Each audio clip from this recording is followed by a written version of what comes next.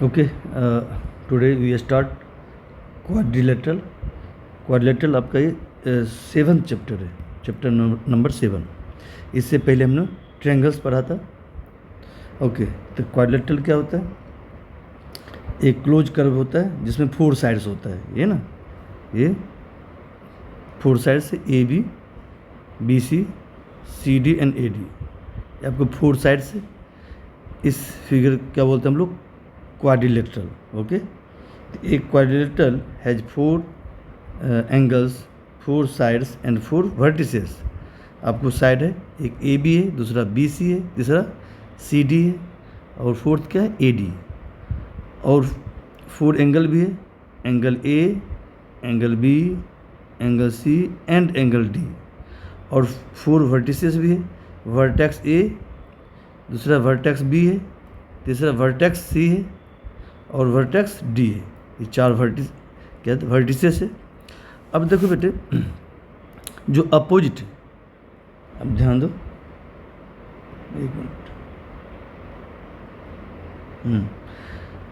अगर 2 एडिसेंट साइड को ज्वाइन कर, देखो ये वर्टेक्स ए है, वर्टेक्स बी, वर्टेक्स सी, वर्टेक्स डी। अब 2 एडिसेंट वर्टेक्स को ज्वाइन करेंगे तो क्या बनेगा? साइड बनेगा।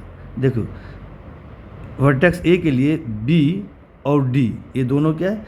एडजेसेंट वर्टेक्स है, यानी बगल वाले वर्टेक्स है। ए को डी से ज्वाइन, बी से ज्वाइन करो, एक साइड बन गया। ए को डी से ज्वाइन करो, दूसरा साइड बन गया। ओके, फिर देखो, वर्टेक्स सी के एडजेसेंट वर्टेक्स एक बी है, दूसरा डी है। सी को बी से ज्वाइन करोगे तो साइड बी सी बनेगा, सी को डी से ज्वाइन करो तो साइड सी डी बनेगा। ओके, और अब देखिए वर्टेक्स ए और वर्टेक्स सी, देखो इस दोनों वर्टेक्स को ज्वाइन, यानी दोनों वर्टेक्स का ये अपोजिट, एक दूसरे का अपोजिट है। अपोजिट वर्टेक्स है ए और सी। ए और सी को जब ज्वाइन करोगे तो साइड नहीं बनेगा, इसे बोलते हैं डायगोनल बोलते हैं। क्या बोलते हैं इसे? ए सी डायगोनल है। और बी और डी भी क्या है? आपको अपोजिट वर्टेक्स है। बी और डी को जब ज्वाइन करेंगे तो क्या बनेगा? ये भी डायगोनल बनेगा। यानी डायगोनल कब बनता है? जब अपोजिट वर्टेक्स को ज्वाइन करते हैं तो डायगोनल बनता है। और जब 2 एडजेसेंट वर्टेक्स को ज्वाइन करेंगे, एडजेसेंट मतलब बगल वाला, ए के बगल वाला बी है, ए और बी को ज्वाइन करो तो साइड बनेगा। ए और डी क्या है? एडजेसेंट वर्टेक्स है, दो ज्वाइन करो तो एक साइड बनेगा। यानी साइड बनाने के लिए यानी एडजेसेंट वर्टेक्स को ज्वाइन करना होगा। और अगर डायगोनल बनानी है तो अपोजिट वर्टेक्स को ज्वाइन करो, डायगोनल बनेगा। अपोजिट वर्टेक्स को ज्वाइन करोगे तो डायगोनल बनेगा। यहाँ डायगोनल 2 डायगोनल है, कौन कौन है? यहाँ डायगोनल क्या है? डायगोनल से एक ए सी है एंड दूसरा क्या है? बी डी है। बी डी और ए सी क्या है? आपका 2 डायगोनल्स है। तो किसी भी क्वाड्रिलेटरल में मैक्सिमम 2 डायगोनल होगा, यानी एक, ठीक है, तो 2 अपोजिट वर्टेक्स होगा, दोनों ज्वाइन करोगे तो क्या आएगा? आपको डायगोनल्स आएगा। तो मैक्सिमम कितना? यानी आपको 2 डायगोनल्स होता है क्वाड्रिलेटरल में और 4 साइड्स होता है। ओके, अब नेक्स्ट आते हैं हम लोग, समझ गए डायगोनल क्या होता है? जब अपोजिट क्वाड्रिलेटरल के अपोजिट वर्टेक्स को जब ज्वाइन करते हैं तो डायगोनल बनता है। तो ए सी और बी डी क्या है? डायगोनल है। अब देखो बेटे, ए बी और सी डी ये दोनों साइड है क्वाड्रिलेटरल का, बट ये दोनों साइड क्या है? आपका अपोजिट साइड है। A B and C D क्या है? अपोजिट, दोनों एक दूसरे क्या है? अपोजिट है। फिर बी सी और ए डी, ए बी क्या है? क्वाड्रिलेटरल का 2 अपोजिट साइड है, B C and A D एक दूसरे क्या है? अपोजिट है। तो हम यहाँ पे कहेंगे कि अपोजिट साइड का 2 पेयर है। एक पेयर है A B and C D, दूसरा पेयर है B C and A D. तो लिख देंगे, इस तरह लिख सकते हैं हम लोग, B C and A D are कौन साइड है? अपोजिट साइड है, अपोजिट साइड से। और also A B and C D भी क्या है? अपोजिट साइड है। Also A B and C D are, ये भी क्या है? अपोजिट साइड से। ओके, इस तरह से अपोजिट साइड का दो पेयर है, एक पेयर ए हो गया B C and A D, दूसरा पेयर है A B and C D. तो अपोजिट साइड का क्या, किसी भी क्वाड्रिलेटरल में two pairs of opposite side होता है। ठीक है, एक पेयर आपको A B and C D, दूसरा पेयर है B C and A D. Okay, अब आते हैं अपोजिट साइड समझ गए। अब आते हैं एडजेसेंट साइड। अब एडजेसेंट साइड क्या होता है? एडजेसेंट साइड होता है बगल वाला, अगल बगल, जो अगल बगल के लेमेन लैंग्वेज में अगर बोलें तो अगल बगल वाला जो साइड होता है वो क्या होता है, उसे बोलते हैं एडजेसेंट साइड। अब देखो ए बी के बगल में कौन कौन सा साइड है? ए बी के बगल में एक साइड बी सी है, दूसरा साइड ए डी है। ए बी के लिए क्या होगा, बी सी, यानी ए बी और बी सी ये दोनों क्या है, एडजेसेंट साइड है। फिर A B and A D भी क्या है, A B and A D, A भी क्या है, एडजेसेंट साइड है। उसी तरह से अगर हम बी सी ले लें और दूसरा ले लें सी डी, तो C D, B C and C D, A भी क्या है, टू एडजेसेंट साइड से। ओके, उसी तरह से अगर ले लें एक सी डी ले लें और दूसरा ले लें ए डी, तो सी डी ए डी भी क्या है, टू एडजेसेंट साइड है। ठीक है, अगल बगल वाला साइड जो होता है। ओके, तो एडजेसेंट साइड समझ गए। और अपोजिट साइड समझ गए। अपोजिट साइड मतलब ठीक उल्टा, ए बी अगर ऊपर है तो नीचे सी डी है, ये अपोजिट साइड हो गया। और बी अगर मान लो ए डी अगर लेफ्ट साइड है तो बी सी क्या है, राइट साइड है। तो ए डी और बी सी क्या है, ये दोनों टू अपोजिट साइड है। ओके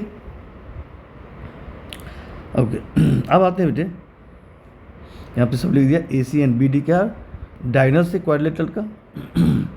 अब नेक्स्ट आते हैं angle sum property of a quadrilateral. जैसे आपने ट्रायंगल में पढ़ा हुआ ना, एंगल सम प्रॉपर्टी, किसी भी ट्रायंगल में 3 इंटीरियर एंगल्स होता है, तीनों इंटीरियर एंगल का सम कितना होता है, 180 डिग्री। उसी तरह से sum of angles of a quadrilateral कितना होता है, 360 डिग्री होता है। यानी 4 एंगल्स होता है, यानी 4 एंगल का सम कितने इक्वल होता है, 360 डिग्री की इक्वल होता है। अगर इसे प्रूफ करना है तो प्रूफ कर लेते हैं। तो कंसिडर कर लेते हैं ए बी सी डी एक क्या है, क्वाड्रिलेटरल है। ओके, अब देखो डायग्राम बना लिया ए बी सी डी एक क्वाड्रिलेटरल है। अब हम लोग क्या करेंगे, किसी एक डायगोनल को ज्वाइन कर दो, या तो बी डी ज्वाइन कर लो या चाहो तो आप ए सी ज्वाइन कर लो, कोई एक डायगोनल ज्वाइन कर सकते हो। हमने यहाँ पे क्या किया, बी डी ज्वाइन कर दिया। क्या किया, बी डी ज्वाइन कर दिया। ओके, तो बी डी ज्वाइन कर लिया। अब बी डी क्या एक डायगोनल ज्वाइन करने के बाद देखो 2 ट्रायंगल बना हुआ है। एक ट्रायंगल ए वाली ट्रायंगल है ए बी डी, ये दूसरा ट्रायंगल है बी सी डी, 2 ट्रायंगल बना। अब दोनों का एंगल है, तो मान ट्रायंगल ए बी डी का एंगल का नाम दे दिया मैंने, इसका एंगल 1, एंगल 2 और एंगल 3। इस तरह से ट्रायंगल बी सी डी, इसमें भी 3 एंगल है, इसका नाम दिया एंगल 4, एंगल 5 और एंगल 6। ओके, यानी कॉन्वीनियंट के लिए हमने ऐसा कर दिया है जिससे आपको दिक्कत ना हो। अब प्रूफ करना है, क्या प्रूफ करें, ए आपको angle A, angle B, angle C, angle D है, एक क्वाड्रिलेटरल का 4 एंगल है। अब प्रूफ क्या करना कि इस चारों एंगल का सम कितना है, 360 डिग्री है। आते हैं प्रूफ करते हैं।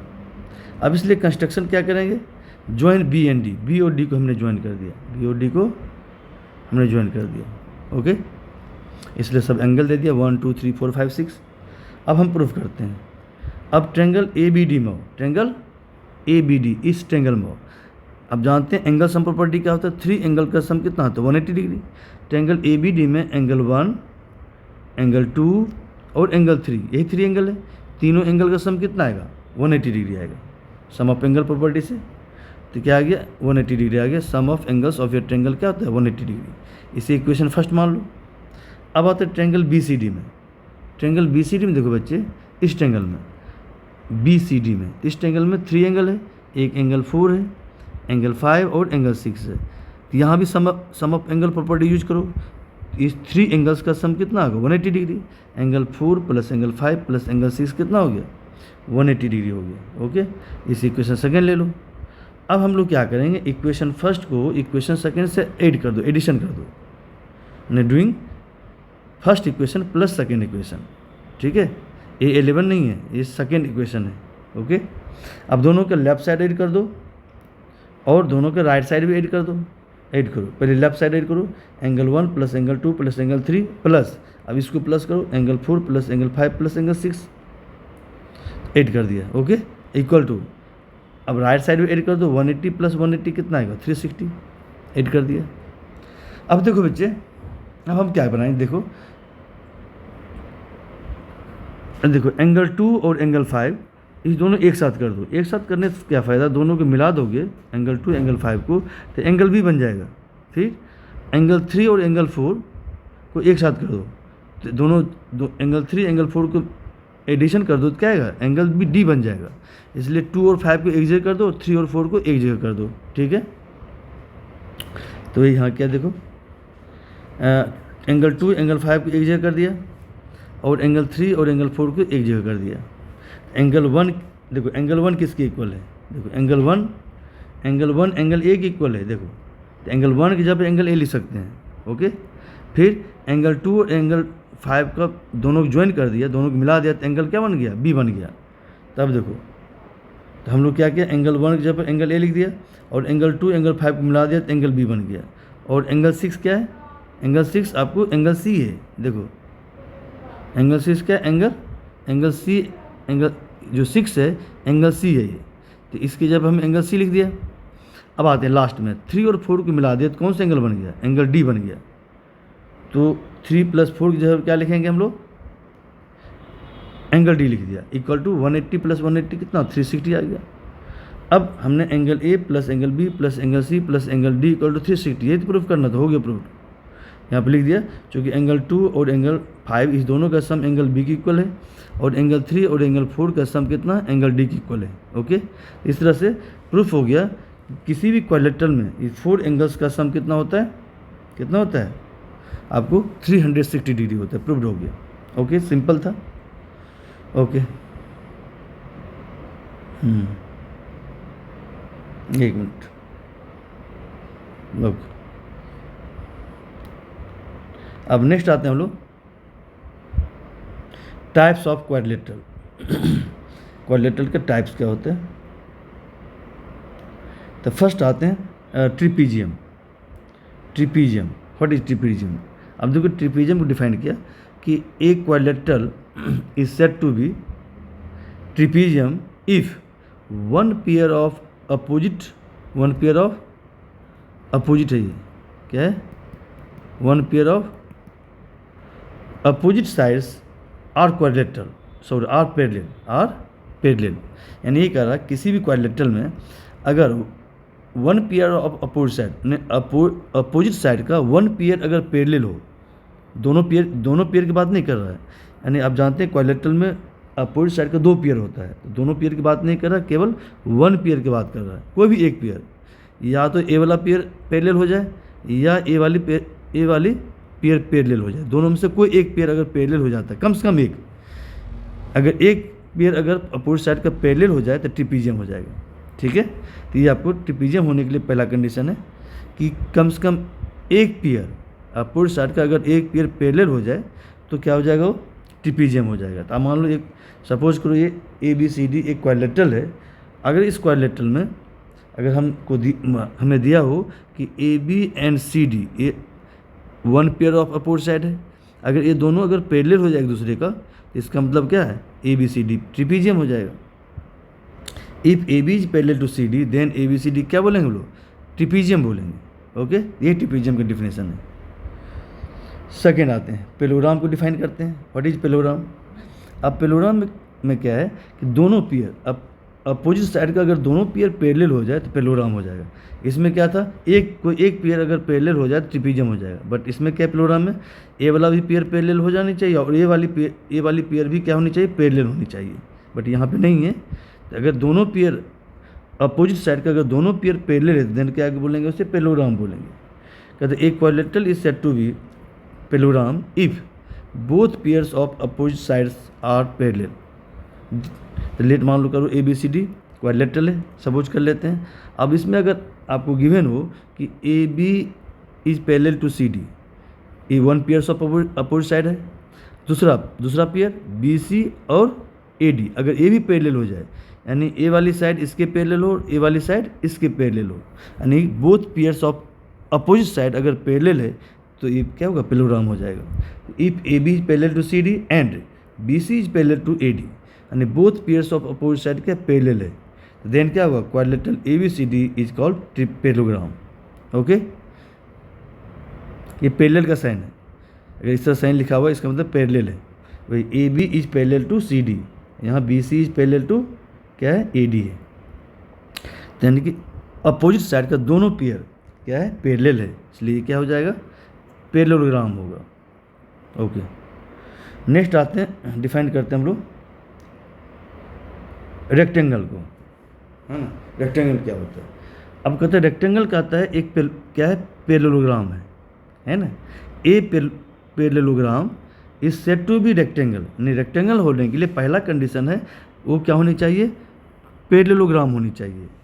ऐसा पैरेललोग्राम को हम रेक्टेंगल बोलेंगे if one of its angles is right angle, यानी दैट इज 90 डिग्री। अगर कोई भी एक एंगल, 4 एंगल्स होता है, उसमें से कोई भी एक एंगल अगर 90 डिग्री हो जाए, राइट एंगल हो जाए, तो देन उस पैरेललोग्राम को क्या बोलेंगे, रेक्टेंगल बोलेंगे। ओके, यानी पहला कंडीशन है पैरेललोग्राम होनी चाहिए। अगर किसी भी क्वाड्रिलेटरल को रेक्टेंगल प्रूफ करने के लिए फर्स्ट कंडीशन क्या है, पहला कंडीशन है कि वो पैरेललोग्राम होनी चाहिए। पैरेललोग्राम को शॉर्टकट में से लिखते हैं, डबल लाइन दे दो, पैरेलल का साइन है, उसके बाद GM लिख दो, इसको क्या बोलते हैं हम लोग, उसे पढ़ेंगे पैरेललोग्राम। ठीक है, तो पैरेललोग्राम को शॉर्टकट में हम ऐसे लिखते हैं। ओके, ये कह रहा है कि फर्स्ट कंडीशन है कि कोई भी क्वाड्रिलेटरल रेक्टेंगल तब होगा, तो पहला कंडीशन है कि पैरेललोग्राम होनी चाहिए। दूसरा कंडीशन क्या है, दूसरा कंडीशन है कि कम से कम एक एंगल 90 डिग्री हो जाए। 4 एंगल है मान लो, कोई एंगल A 90 डिग्री प्रूफ कर दो, या एंगल B को 90 डिग्री प्रूफ कर दो, कोई भी एक एंगल, यानी ऐसा नहीं कि चारों एंगल आपको प्रूफ करनी है, कोई भी एक एंगल और दे दो, और एंगल C 90 डिग्री प्रूफ कर दो, और एंगल D 90 डिग्री प्रूफ कर दो, तो ABCD क्या हो जाएगा, रेक्टेंगल हो जाएगा ना। पहला कंडीशन है कोई भी क्वाड्रिलेटरल रेक्टेंगल तब होगा जब वह क्वाड्रिलेटरल पैरेललोग्राम हो, यानी both pairs of opposite side parallel होनी चाहिए। सेकेंड कंडीशन है कि one of its angle is right angle, एक एंगल, कोई भी एक एंगल 90 डिग्री हो जाए। ओके, अब देखो यहाँ लेट कर लिया ABCD एक पैरेललोग्राम है, ठीक है।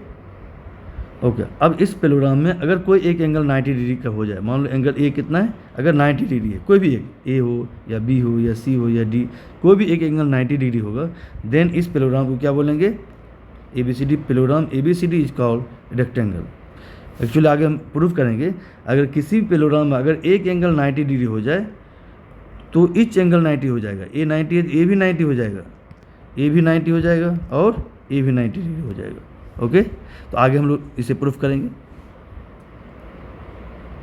अभी आप ये समझो कि आपको रेक्टेंगल होने के लिए पहला कंडीशन क्या है कि वह पैरेललोग्राम होनी चाहिए। सेकेंड कंडीशन है कि एक एंगल 90 डिग्री होनी चाहिए, ठीक है। इसलिए डिफिनेशन में देखो हमने क्या लिखा है, डिफिनेशन में लिखा कि a parallelogram is said to be rectangle, parallelogram ही रेक्टेंगल हो सकता है, ठीक है। अगर कोई क्वाड्रिलेटरल पैरेललोग्राम नहीं है तो वो रेक्टेंगल कभी नहीं हो सकता है, नेवर। फोर्थ पॉइंट आते हैं रोम्बस। रोम्बस क्या होता है, कहते हैं रोम्बस भी पैरेललोग्राम होनी चाहिए, यानी रेक्टेंगल हो, रोम्बस हो या स्क्वायर हो, ये सारे के सारे पैरेललोग्राम का ही पार्ट है। कहता है a parallelogram is said to be rhombus if its all sides are equal. अगर किसी पैरेललोग्राम में चारों साइड इक्वल हो जाए तो देन उस पैरेललोग्राम को क्या बोलेंगे, रोम्बस बोलेंगे, ठीक है। यानी रोम्बस होने के लिए, किसी भी क्वाड्रिलेटरल को रोम्बस होने के लिए पहला कंडीशन वो पैरेललोग्राम होनी चाहिए। सेकेंड कंडीशन है कि इसका चारों साइड क्या होनी चाहिए, इक्वल होनी चाहिए।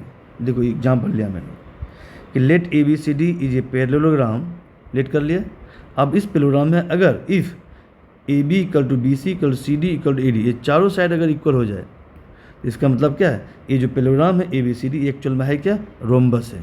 ओके, तो रोम्बस होने के लिए क्या होनी चाहिए, पहला कंडीशन पैरेललोग्राम होनी चाहिए, एंड सेकेंड कंडीशन है all of its sides are equal.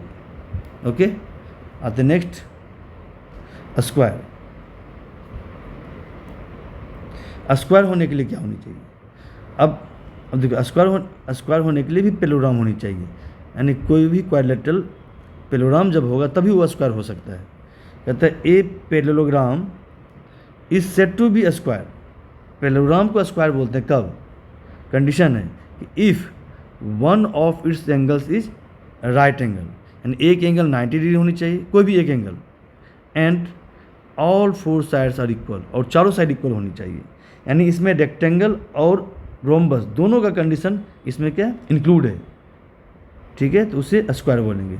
जब रेक्टेंगल और रोम्बस, ये सिंपली ये लैंग्वेज में समझो सिंपल, कि रेक्टेंगल और रोम्बस को मिला दो तो क्या बन जाएगा? स्क्वायर बन जाएगा, ठीक है। रेक्टेंगल में क्या कहता है? पेलोग्राम होनी चाहिए। देखो बच्चे क्या कहता है, रेक्टेंगल में कहता है कि फर्स्ट कंडीशन है कि पेलोग्राम होनी चाहिए, ठीक है। क्वाड्रिलेटरल क्या होनी चाहिए? पेलोग्राम। सेकेंड कंडीशन है कि एक एंगल 90 डिग्री होनी चाहिए, one of its angle is right angle. क्या होनी चाहिए? राइट एंगल, मतलब 90 डिग्री होनी चाहिए, कोई भी एक एंगल। तो ये पेलोग्राम हो गया, सॉरी रेक्टेंगल हो गया। अगर ये दोनों कंडीशन फुलफिल हो रहा है तो उस पेलोग्राम क्या बोलेंगे? रेक्टेंगल। अब अगर थर्ड कंडीशन भी फुलफिल हो जाए, एंड थर्ड कंडीशन कि अगर चारों साइड इक्वल हो जाए, ऑल साइड्स आर इक्वल, तो क्या हो जाएगा? आपका स्क्वायर हो जाएगा। अब देखो रेक्टेंगल के लिए ये दोनों कंडीशन है, कौन कौन सा कंडीशन है?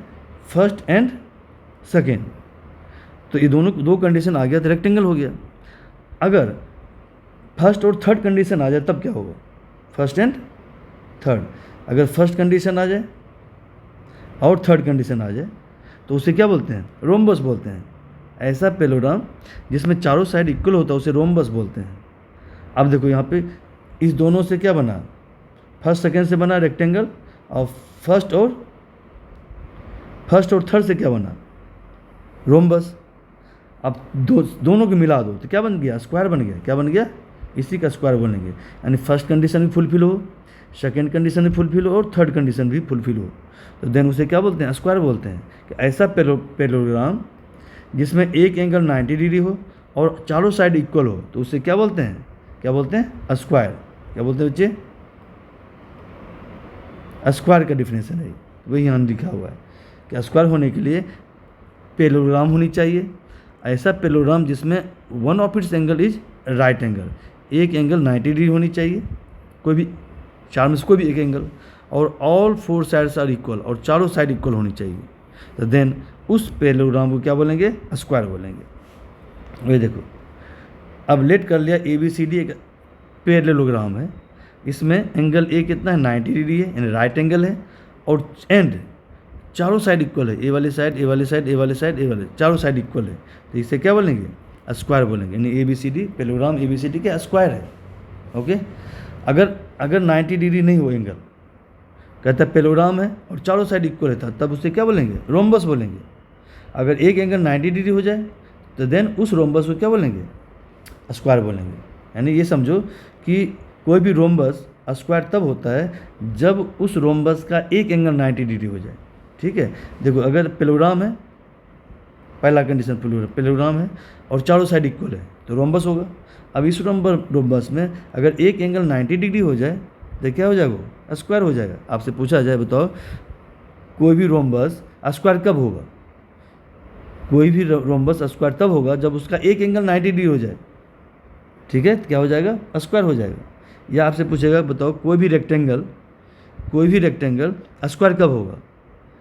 तो किसी रेक्टेंगल को स्क्वायर तब बोलेंगे जब उस रेक्टेंगल का चारों साइड इक्वल हो जाए।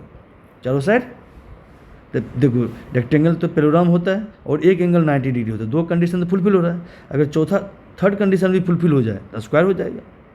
तो अगर रेक्टेंगल आपको दिया रहेगा, कहता प्रूफ करो ये स्क्वायर है, तो क्या करेंगे? उस रेक्टेंगल का चारों साइड इक्वल प्रूफ कर देंगे, तो देन उस रेक्टेंगल को क्या बोलेंगे? स्क्वायर बोलेंगे। ओके। इस तरह से ये सारे क्या था आपको डिफिनेशन सर्किट का, क्वाड्रिलेटरल का टाइप्स था। क्या क्या हमने पढ़ा? आपने याद है? हमने फर्स्ट पढ़ा ट्रिपीजियम में 1 pairs of opposite side parallel होता है। उसके पढ़ा हमने पैरेललोग्राम। पैरेललोग्राम में क्या होता है? Both pairs of opposite side क्या होता है? पैरेलल होता है।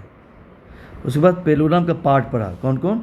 रेक्टेंगल, रोम्बस और स्क्वायर। रेक्टेंगल क्या होता है? ऐसा पैरेललोग्राम जिसमें एक एंगल 90 डिग्री होता है। नेक्स्ट पढ़ा हमने रोम्बस कि ऐसा पैरेललोग्राम जिसमें चारों साइड इक्वल होता है, तो उसे क्या बोलते हैं? रोम्बस बोलते हैं। और स्क्वायर में क्या बोलते हैं? स्क्वायर। उस पैरेललोग्राम को स्क्वायर बोलेंगे, यानी पैरेललोग्राम होनी चाहिए, यानी a parallelogram is said to be square कब? If all its sides are equal, सारे साइड इक्वल होनी चाहिए, एंड एक एंगल 90 डिग्री होनी चाहिए। वन ऑफ इट्स एंगल क्या होनी चाहिए? One of its angle 90 degree होनी चाहिए, and all four sides are equal होनी चाहिए। तो देन उस पैरेललोग्राम को क्या बोलेंगे हम लोग? स्क्वायर बोलेंगे। ओके। एक लास्ट बात है काइट। काइट क्या होता है? काइट क्या है? एक ये भी क्वाड्रिलेटरल है। ये भी क्या है? चार साइड होता है, क्वाड्रिलेटरल है। बट अब एक्चुअल में काइट क्या है? पैरेललोग्राम नहीं होता है ना? पैरेललोग्राम अगर आपसे पूछा जाए काइट क्या पैरेललोग्राम है, आंसर होगा नो। एक्चुअली इसका डिफिनेशन क्या है काइट का? देखो क्या लिखा, a quadrilateral is said to be kite if two pairs of adjacent sides are equal, यानी एडजेसेंट साइड का दो पेयर इक्वल होनी चाहिए। देखो बेटा, अगर हम ले लें ए डी और सी डी, ए डी और सी डी क्या है? इस क्वाड्रिलेटरल का क्या है? एडजेसेंट साइड है। तो यानी ये दोनों एडजेसेंट साइड इक्वल है। दूसरा पेयर ले लो, ये हमने फर्स्ट पेयर ले लिया, यानी ए डी और सी डी को। अब दूसरा पेयर क्या लेंगे? B C and A B. अगर बी सी और ए बी भी इक्वल हो जाए, ए बी क्या? टू एडजेसेंट साइड है। अगर ये दोनों भी इक्वल हो जाए, यानी ये साइड इसके इक्वल हो जाए और ये वाली साइड इसके इक्वल होगा, तो देन इस क्वाड्रिलेटरल को क्या बोलेंगे हम लोग? काइट बोलेंगे। क्या बोलेंगे? काइट। ठीक है, तो ये ठीक है। Consider a quadrilateral A B C D, इसमें यानी ए डी और सी डी इक्वल है, यानी कि एडजेसेंट साइड का वन पेयर इक्वल हो गया। दूसरा ए बी और बी सी भी इक्वल है, तो एडजेसेंट साइड का दूसरा पेयर भी इक्वल हो गया। यही कंडीशन है कि two pairs of adjacent side, adjacent side का अगर दो पेयर इक्वल है, then quadrilateral A B C D को हम क्या बोलेंगे? काइट बोलेंगे। यानी कि ध्यान रखना, काइट पैरेललोग्राम नहीं है, यानी कि ए वाली साइड पैरेलल नहीं है। हो भी सकता है, नहीं भी हो सकता है ना? कोई कंपलसरी नहीं है। ओके, देखिए लिखो kite is not a parallelogram. Kite parallelogram नहीं होता है। ओके, नीचे देखो कुछ पॉइंट लिखा जो आपने डिफिनेशन पढ़ा ना, उसी पर बेस्ड आपको कुछ पॉइंट है। कहते हैं every square is a rectangle. Every square rectangle होता है। एवरी स्क्वायर रोम्बस भी होता है। एवरी स्क्वायर क्या होता है? पैरेललोग्राम होता है। चूँकि एक्चुअली स्क्वायर में एवरी स्क्वायर रेक्टेंगल क्यों होता है? चूँकि रेक्टेंगल का डिफिनेशन क्या है कि पैरेललोग्राम होनी चाहिए, एक एंगल 90 डिग्री होनी चाहिए। तो स्क्वायर में तो है, ये पैरेललोग्राम भी है और इसका एक एंगल 90 डिग्री भी है, इसलिए ये क्या रेक्टेंगल है। फिर एवरी स्क्वायर क्या? रोम्बस है। रोम्बस क्यों है? एक्चुअली रोम्बस का भी कंडीशन फुलफिल कर रहा है। रोम्बस क्या होता है? पैरेललोग्राम होनी चाहिए और चारों साइड इक्वल होनी चाहिए। देखो स्क्वायर में क्या होता है? ये पैरेललोग्राम है और चारों साइड इक्वल भी होता है इसका, इसलिए रोम्बस भी है। एवरी स्क्वायर रोम्बस भी है और एवरी स्क्वायर पैरेललोग्राम ही है। ये तो डिफिनेशन ही है, यानी जब तक पैरेललोग्राम नहीं होगा तो स्क्वायर नहीं होगा। स्क्वायर होने के लिए तीन कंडीशन है, पैरेललोग्राम होनी चाहिए, दूसरा एक एंगल 90 डिग्री होनी चाहिए, तीसरा चारों साइड इक्वल होनी चाहिए। इसलिए एवरी स्क्वायर क्या है? पैरेललोग्राम है। ओके, एवरी रेक्टेंगल भी पैरेललोग्राम है, एवरी रोम्बस भी पैरेललोग्राम है। क्योंकि पैरेललोग्राम का ही पार्ट है कौन? रेक्टेंगल, रोम्बस, स्क्वायर, ये सारे किसका पार्ट है? पैरेललोग्राम का ही। जब तक पैरेललोग्राम नहीं होगा तो रेक्टेंगल नहीं हो सकता, रोम्बस नहीं हो सकता, स्क्वायर नहीं हो सकता। इसलिए एवरी स्क्वायर पैरेललोग्राम है, एवरी रेक्टेंगल क्या है? पैरेललोग्राम है, एवरी रोम्बस क्या है? पैरेललोग्राम है। ओके, ये सब पॉइंट है, इसे आप याद रखनी है कि ऑब्जेक्टिव क्वेश्चन में आपको हेल्प करेगा। कहते हैं every rhombus is a parallelogram, जो अभी बताया आपने। Every parallelogram is a trapezium. जितना भी पैरेललोग्राम होता है ट्रिपीजियम होता है वो। जो ट्रिपीजियम का डिफिनेशन क्या है? One pair of opposite side parallel होनी चाहिए। तो पैरेललोग्राम में भी तो है, पैरेललोग्राम में one pair of opposite side parallel है। क्योंकि इस एक्चुअली होता है कि इसमें दोनों पेयर अपोजिट साइड का दोनों पेयर पैरेलल होता है, बट ट्रिपीजियम में तो मुझे एक ही पेयर चाहिए, तो एक पेयर ले लो इसका। एक पेयर अगर पैरेलल है तो ट्रिपीजियम हो जाएगा। इसलिए एवरी पेलोग्राम क्या है, ट्रिपीजियम है। इस तरह से कह सकते हैं। आज चूँकि every rectangle, every rhombus, every square क्या होता है, पेलोग्राम होता है। इसका मतलब एवरी रेक्टेंगल आपका ट्रिपीजियम है, एवरी रोम्बस क्या ट्रिपीजियम है, एवरी स्क्वायर क्या है, ट्रिपीजियम है।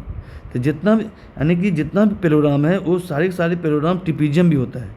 ठीक है, इसे याद रखना। एवरी पेलोग्राम क्या होता है, ट्रिपीजियम होता है। बट इसका converse is not true. Every trapezium parallelogram नहीं होगा। ट्रिपीजियम के लिए 1 pair of opposite side parallel होनी चाहिए। अगर 1 पेयर पैरेलल है तो ट्रिपीजियम है। पेलोग्राम के लिए दोनों पेयर अपोजिट साइड का दोनों पेयर पैरेलल होनी चाहिए। जैसे देखो डायग्राम बना रहा हूँ। ओके, अब देखो, यानी इसमें ए बी सी डी है। अगर ए बी और सी डी इसमें पैरेलल है, बट बी सी और ए डी तो पैरेलल नहीं है, इसलिए पेलोग्राम नहीं हो सकता। ट्रिपीजियम था बट पेलोग्राम नहीं होगा ये, इसलिए एवरी ट्रिपीजियम पेलोग्राम नहीं हो सकता है, ये फॉल्स है। बट एवरी पेलोग्राम क्या है, ट्रिपीजियम है। ये लिखा, but trapezium is not a parallelogram, a kite is not a parallelogram, a rectangle is not a square. यानी रेक्टेंगल स्क्वायर नहीं हो सकता। एवरी रेक्टेंगल स्क्वायर तब होता है, कंडीशन है कि जब चारों साइड इक्वल हो जाए तभी जाकर स्क्वायर होगा, अदरवाइज होगा ही नहीं। एवरी स्क्वायर तो रेक्टेंगल होगा, बट एवरी रेक्टेंगल स्क्वायर नहीं हो सकता है। उसी तरह से कि a rhombus is not a square, every rhombus को हम स्क्वायर नहीं कर सकते हैं। रोम्बस स्क्वायर तब होगा जब एक एंगल क्या हो, 90 डिग्री हो जाए, तभी जाकर क्या होगा, स्क्वायर होगा। अदरवाइज अगर एंगल 90 डिग्री नहीं है तो रोम्बस स्क्वायर नहीं हो सकता है।